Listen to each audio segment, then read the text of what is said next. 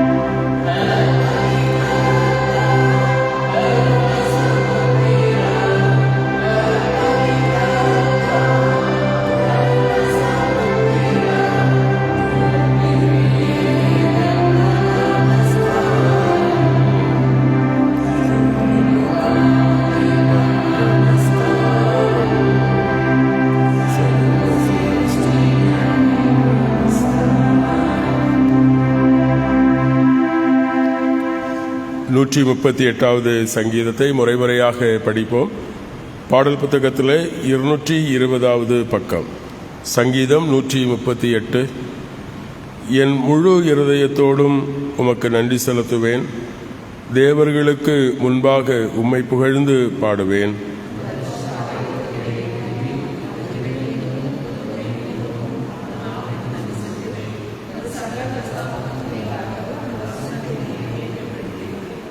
நான் கூப்பிட்ட நாளிலே எனக்கு மறுமொழி அருளினீர். என் ஆத்துமாவுக்கு பலமளித்து என்னை தைரியப்படுத்தினீர்.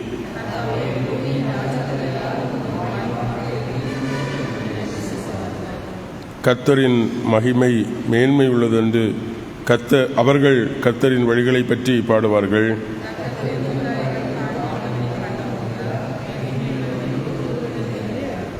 நான் துன்பத்தின் நடுவில் நடந்தாலும் நீர் என்னை உயிர்ப்பிப்பீர். என் சத்துருக்களின் கோபத்தை அடக்கும்படி உமது கரத்தை நீட்டுவீர். உமது வலது கை என்னை ரட்சிக்கும். கர்த்தர் எல்லாவற்றையும் எனக்கு செய்து முடிப்பார். கர்த்தாவே, உமது கிருபை என்றும் உள்ளது. உமது கரம் உண்டாக்கினவற்றை கைவிடாதையும். பிதாவுக்கும் குமாரனுக்கு பரிசுத்த ஆவிக்கும் மகிமை உண்டாவதாக, ஆதியிலே இப்போதும் இப்போதுமான சதா காலங்களாக இருக்கிறபடியே ஆமென். வாசிக்க தெரிந்து கொண்ட முதலாவது வேத பகுதி தூய பவுல் அப்போஸ்தலன் எபேசிய திருச்சபைக்கு எழுதின நிருபம் 4ஆம் அதிகாரம் 1 துவங்கி 6 முடிவுள்ள வசனங்கள். எபேசியர் 4ஆம் அதிகாரம் முதல் 6 வசனங்கள்.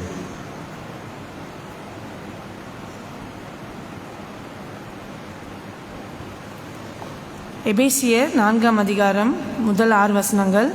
ஆதலால் கர்த்தர் நிமித்தம் கட்டுண்டவனாகிய நான் உங்களுக்கு சொல்லுகிற புத்தி என்னவெனில், நீங்கள் அழைக்கப்பட்ட அழைப்புக்கு பாத்திரவான்களாய் நடந்து மிகுந்த மனத்தாழ்மையும் சாந்தமும் நீடிய பொறுமையும் உடையவர்களாய் அன்பினால் ஒருவரை ஒருவர் தாங்கி சமாதான கட்டினால் ஆவியின் ஒருமையை காத்து கொள்வதற்கு ஜாக்கிரதையாயிருங்கள். உங்களுக்கு உண்டான அழைப்பினாலே நீங்கள் ஒரே நம்பிக்கைக்கு அழைக்கப்பட்டது போல ஒரே சரீரமும் ஒரே ஆவியும் உண்டு. ஒரே கர்த்தரும் ஒரே விசுவாசமும் ஒரே ஞானஸ்நானமும் எல்லாருக்கும் ஒரே தேவனும் பிதாவும் உண்டு. அவர் எல்லார் மேலும் எல்லாரோடும் உங்கள் எல்லாருக்குள்ளும் இருக்கிறவர் என்பதே.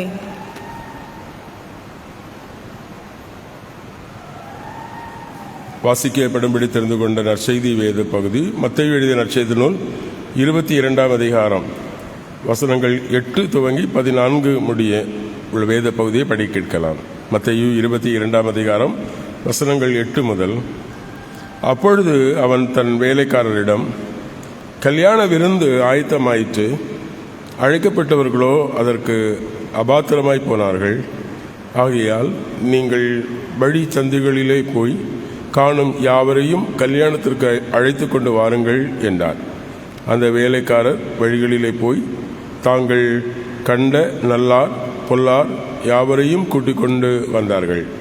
கல்யாண சாலையில் விருந்தாளிகள் நிறைந்தார்கள்.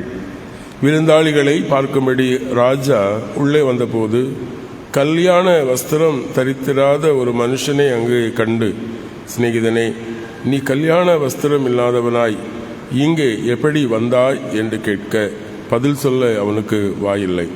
அப்பொழுது ராஜா பணிவிடைக்காரரிடம், இவனை கையும் காலும் கட்டி கொண்டு போய் புறம்பான இருளிலே போடுங்கள், அங்கே அழுகையும் பற்கடிப்புமாயிருக்கும் என்றான்.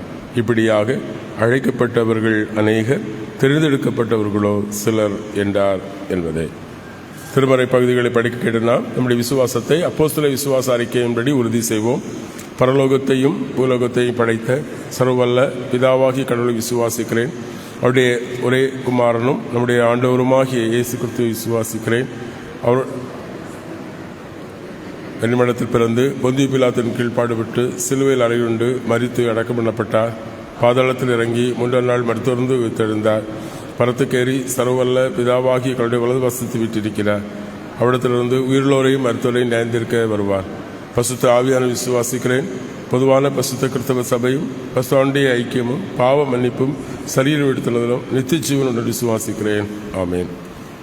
பிதாவாகிய கடவுளிடமிருந்தும் குமாரனாகிய கிறிஸ்தேசுவிடமிருந்தும் உங்கள் அனைவருக்கும் கிருபையும் சமாதானமும் உண்டாவதாக. ஆமேன். இந்த காலை வேளையிலும் சிந்தனைக்காக தெரிந்து கொண்ட வேத பகுதி நான் வாசி கேட்ட நிருப வேத பகுதி எபேசியர் 4ஆம் அதிகாரம் 1வது வசனம், நீங்கள் அழைக்கப்பட்ட அழைப்பிற்கு பாத்திரவான்களாய் நடந்து கொள்ளுங்கள் என்பதே. நீங்கள் அழைக்கப்பட்ட அழைப்பிற்கு பாத்திரவான்களாய் நடந்து கொள்ளுங்கள் என்பதை தலைவணங்கி ஜெபிப்போம். எங்களை நேசிக்கிற எங்கள் நல்ல கடவுளே, மகிழ்ச்சியான இந்த அதிகாலை வேளைக்காக நன்றியோடு ஸ்தோத்திரிக்கிறோம். ஆண்டவரே, இந்த உலகத்திலே நீர் எங்களை சிருஷ்டித்து உமக்கு பிரியமான பிள்ளைகளாக எங்களை கிறிஸ்துவின் வழியாக மீட்டு உமக்கு சொந்தமாக்கி கொண்டிருக்கிறேன். உமக்கு சொந்தமாக்கப்பட்ட நாங்கள் எப்படிப்பட்ட மக்களாக இந்த உலகத்தில் வாழ வேண்டும் என்கிற படிப்பினையை ஒவ்வொரு நாளும் எங்களுக்கு தருகிறேன். கேட்கிற வசனத்தின் வழியாக உமக்கு பிரியமாக நாங்கள் வாழ்வதற்கு எங்களுக்கு உதவி செய்யும். கிறிஸ்து இயேசு நாமத்தில் கேட்கிறோம் எங்கள் ஜெபங்கள் நல்ல பிதாவே, ஆமேன். கிறிஸ்துவ இயேசுவுக்குள் பிரியமானவர்களே, பவுல் அப்போஸ்தலன்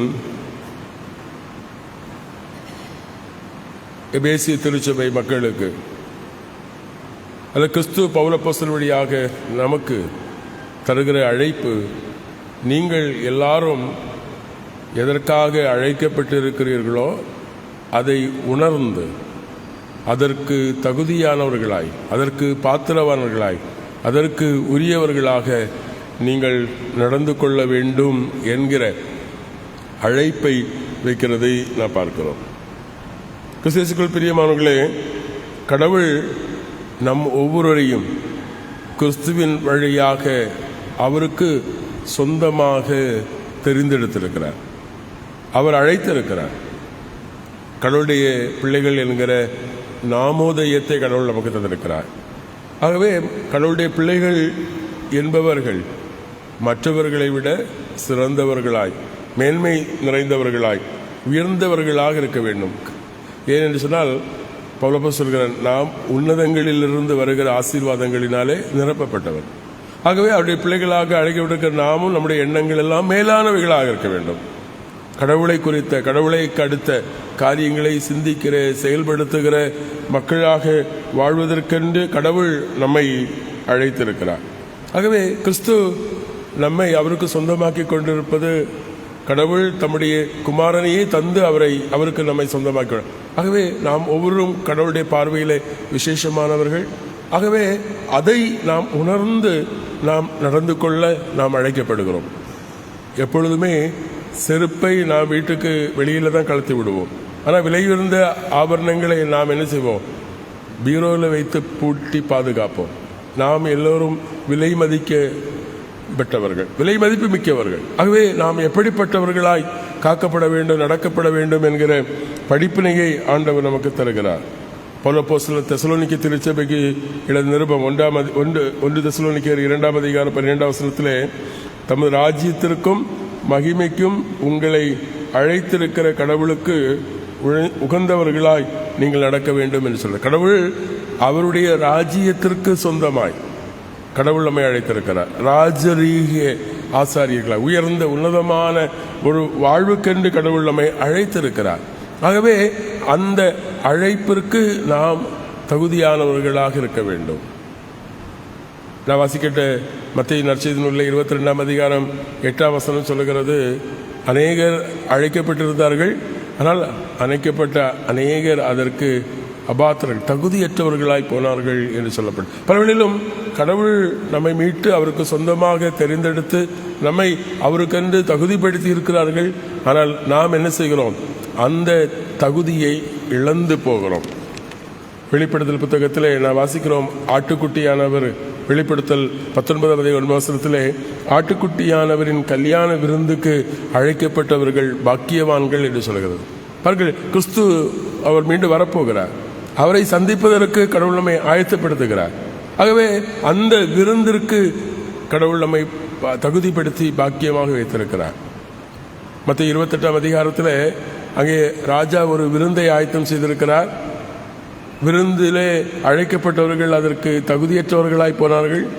ஆகவே தன்னுடைய பணியாளர்களை அனுப்பி சந்துகளிலே, தெருக்களிலே, வீதிகளிலே தகுதியற்றவர்களாக இருக்கிறவர்களை அவர் தகுதிப்படுத்தி அந்த விருந்துக்கென்று அழைக்கப்பட்டு வருகிறார். கல்யாண விருந்து சாலை முழுவதும் பார்க்கிற பொழுது விருந்தினர்களாய், அழைக்கப்பட்டவர்களாய் நிரம்பி இருந்தது. ஆனால் ராஜா அங்கே வந்து பார்க்கிற பொழுது ஒருவன் கல்யாண வஸ்திரம் தெரியாதவனாக இருந்தான் என்று சொல்லப்படுது. பாருங்கள், பழகிலும் நாமும் அழைக்கப்பட்டிருந்தும் அந்த அழைப்புக்கு உரிய தகுதியை நாம் இழந்து போகிற மக்களாக இருக்கிறோம். வேலைக்காரரை அழைத்து அவர்களை என்ன செய்தார்கள்?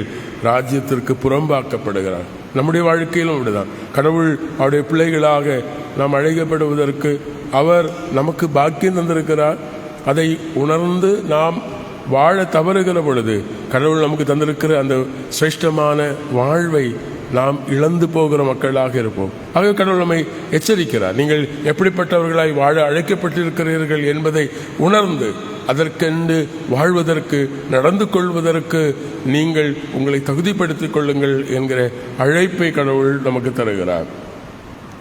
இரண்டாவதாக பிலிப்பியருக்கு நிருபம் 1ஆம் அதிகாரம் 27ஆம் வசனத்திலே நான் வாசிக்கிற பொழுது பவுல் சொல்லுகிறார், நீங்கள் கிறிஸ்துவின் சுவிசேஷத்திற்கென்று பாத்திரவான்களாய் நடந்து கொள்ளுங்கள் என்று சொல்கிறார். முதலாவது, கிறிஸ்து நம்மை அழைத்திருக்கிற உன்னதமான பரம அழைப்பு, அதற்கு நாம் தகுதியுடையவர்களாக நடந்து கொள்ள வேண்டும். இரண்டாவது, ஆண்டவர் நமக்கு அவருடைய சுவிசேஷத்தை, கடவுளுடைய வார்த்தைகளை நமக்கு தந்திருக்கிறார். ஆகவே அந்த கடவுளுடைய வார்த்தைகளுக்கு தகுதியுடையவர்களாக நாம் நடந்து கொள்ள வேண்டும்.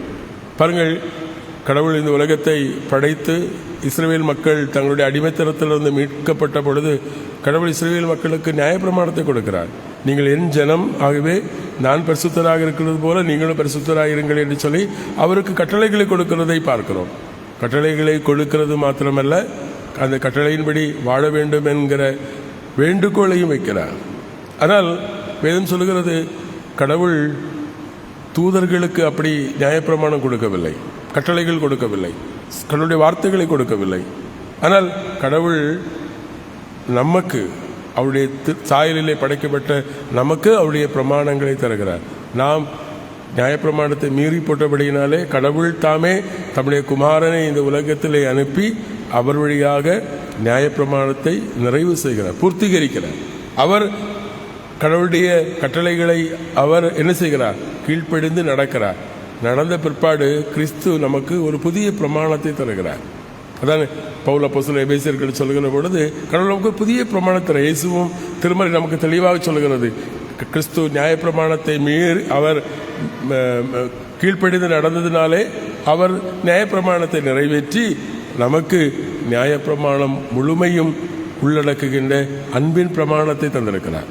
நாம் ஒருவரை ஒருவர் சிநேகிப்பது, கடவுளை சிநேகிப்பதிலும் மேலான பிரமாணம் ஒன்றும் இல்லை.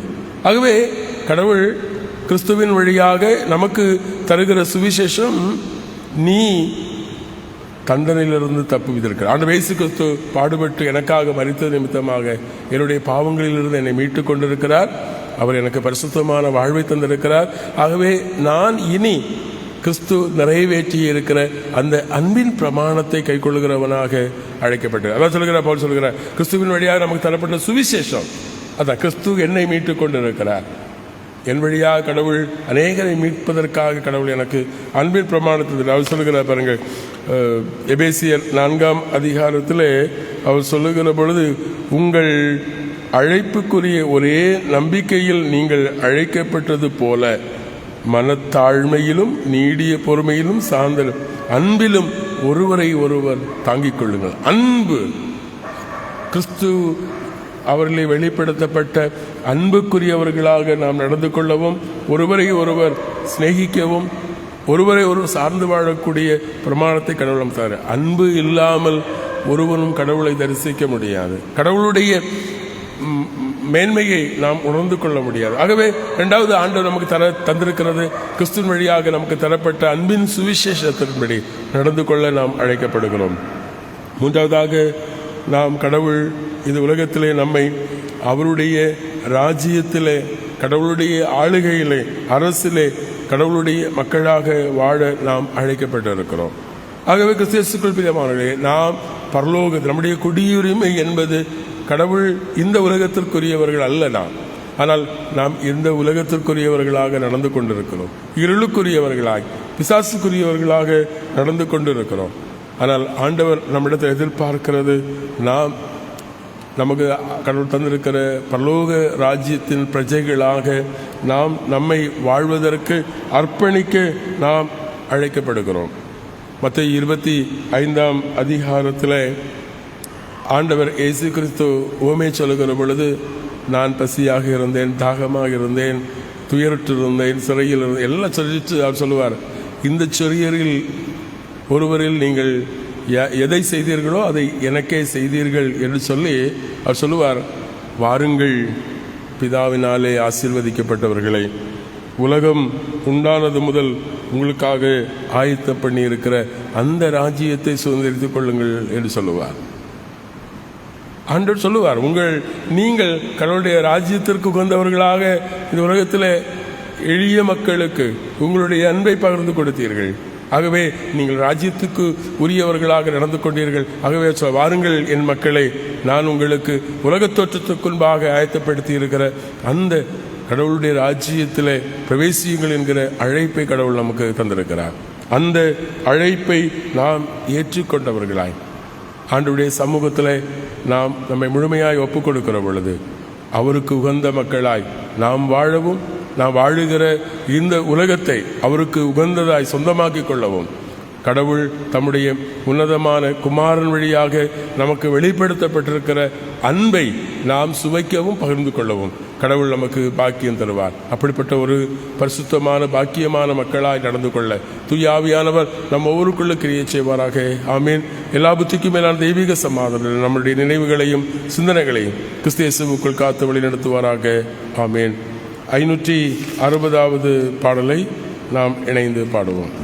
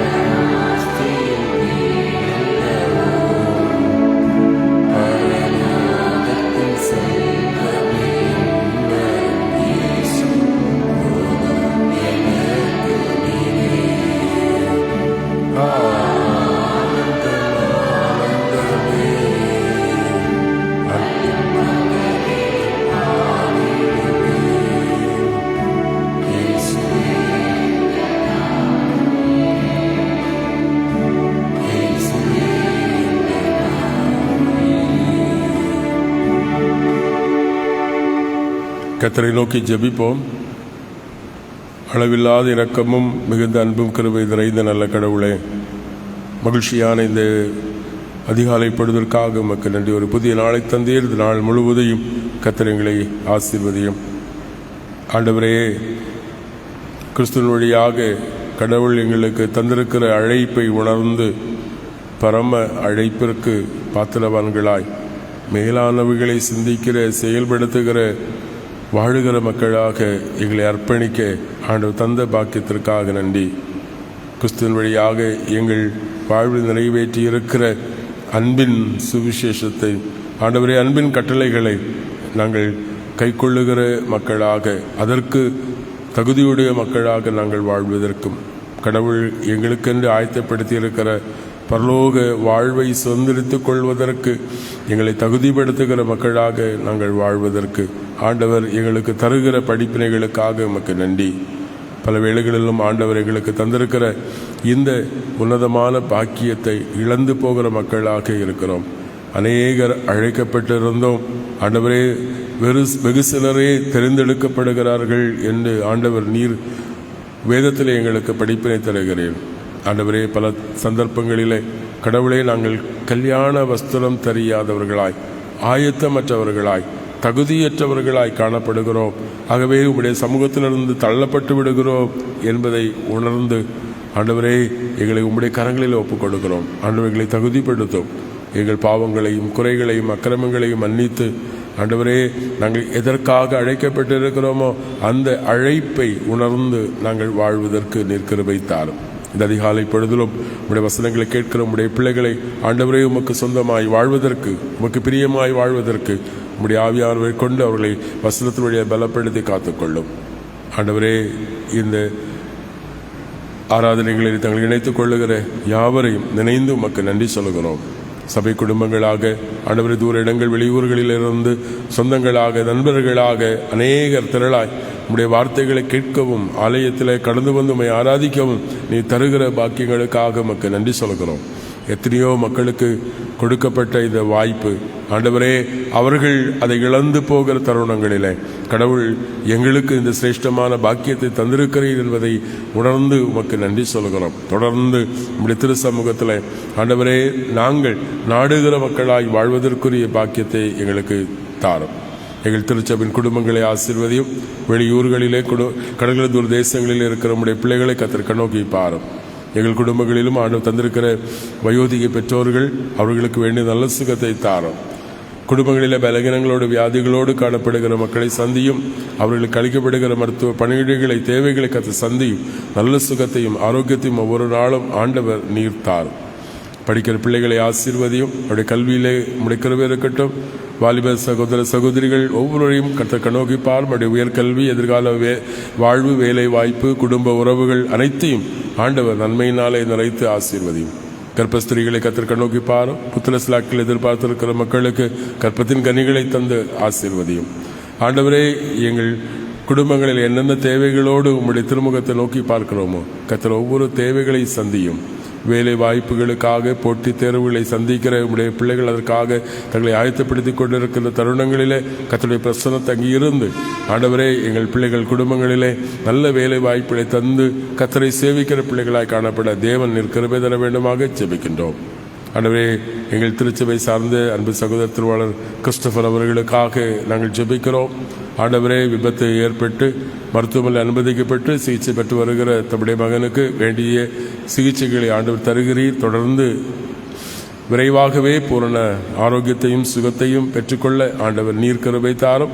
ஆண்டவரே, இல்லம் திரும்பி இளைப்பாறவும் தொடர்ந்து உம்முடைய ஆலயங்களில் கடந்து வந்து கர்த்தரை சேவிக்க நன்றி சொல்ல கர்த்தர் கிருபை தார எல்லா பலகீனங்களையும் ஆண்டவர் முற்றிலும் மாற்றி ஆண்டவர் நல்ல சுகத்தை ஆண்டவர் கட்டளையிட வேண்டுமாக நாங்கள் ஜெபிக்கின்றோம். எங்கள் திருச்சபைக்காக, திருச்சபையின் திருப்படை ஊழியங்களுக்காக, ஆராதனைகளுக்காக ஆண்டவரே நாங்கள் உமக்கு நன்றி சொல்லுகிறோம். போதகர் அவருடைய திருப்பணிகளில் உம்முடைய கிருபை இருப்பதற்காக நன்றி. சபை நிர்வாக குழு அங்கத்தினர்கள், டீக்கன்மார், பொறுப்பாளர்கள் எல்லாரையும் ஆண்டவர் ஆசீர்வதியும். ஆலயத்திலே ஆண்டவரே ஊழியங்களுக்கு உதவியாக இருக்கிற நம்முடைய பிள்ளைகள் ஆண்டவரை யாவரையும் கர்த்தர் எடுத்து பயன்படுத்தும். எங்கள் இந்திய சுற்றுலா திருச்சபைக்காக தந்திருக்கிற ஸ்தாபனங்கள், நிறுவனங்களுக்காக, இறையல் கல்லூரிக்காக விசேஷமாக நாங்கள் ஜெபிக்கிறோம். அன்பு நிறைந்த கடவுளே, நேற்றைய தினத்திலும் இந்திய சுற்றுலா திருச்சபை நாகர்கோவில் சபை சங்கத்தில் நடைபெற்ற வட்ட தேர்தல்களுடைய வாக்கு எண்ணிக்கைகள் சிறப்பாக நடைபெற கர்த்தர் உதவி செய்தீர். எல்லா காரியங்களையும் கர்த்தர் பொறுப்பெடுத்து அமைதியான முறைகளில் நடந்தேற கர்த்தர் உதவி செய்தீர். அதற்காக கர்த்தர் பயன்படுத்தி நம்முடைய பிள்ளைகளுக்காக நன்றி சொல்கிறோம். ஆண்டவரை வெற்றி பெற்று ஊழியத்திற்கென்று நீர் தெரிந்தெடுத்திருக்கக்கூடிய பிள்ளைகளுடைய ஊழியங்களிலும் ஆண்டவருடைய கிருபை தங்கியிருக்கட்டும். இன்னும் ஆண்டவரே திருவனந்தபுரம் சபை சங்கத்திலே வாக்குகளை எண்ணுகிற பொழுதும் நாளை தினத்திலே ஆண்டவரே ஆம்பூர் சபை சங்கத்தினுடைய வாக்குகளை எண்ணுகிற பொழுதும் உடைய பிரசன்னம் தங்கியிருந்து இது உம்முடைய திருச்சபை ஆண்டவரே தொடர்ந்து கர்த்தாவே திருச்சபையின் ஊழியங்கள் தடையின்றி நடைபெறுவதற்கு தேவன் எல்லா கிருபைகளை தந்து நீர் ஆசீர்வதிக்க வேண்டுமாக ஜெபிக்கிறோம். தொடர்ந்தும் ஆண்டவரே சபை சங்க அளவிலும் இசுலுச அளவில் நடைபெறுகிற எல்லா தேர்தல்களை கர்த்தர் நீர் பொறுப்பெடுத்து நல்ல தலைவர்களை ஆண்டவரே நீர் எங்களுக்கு தந்து அதன் வழியாக இந்த திருச்சபை வாழ்வுக்கும் வளர்ச்சிக்கு நேராக வழிநடத்தப்பட கர்த்தர் உதவி செய்ய வேண்டுமாக ஜெபிக்கிறோம்.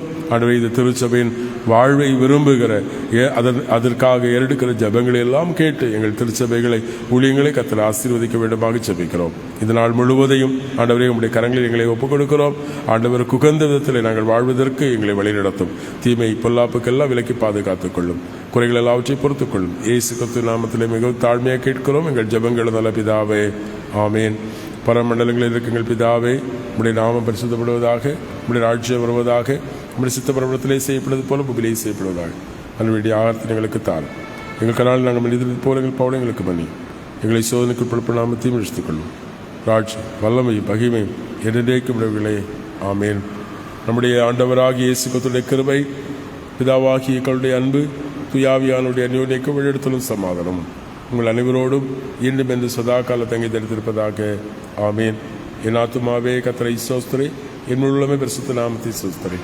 என் ஆத்துமாவே கர்த்தரை ஸ்தோத்திரி, அவர் செய்த சகல உங்களை மறவாதே, ஆமீன். கர்த்தாவின் சமாதானம் உங்களோடு இருப்பதாக. சமாதானத்தோடு சென்று வாருங்கள்.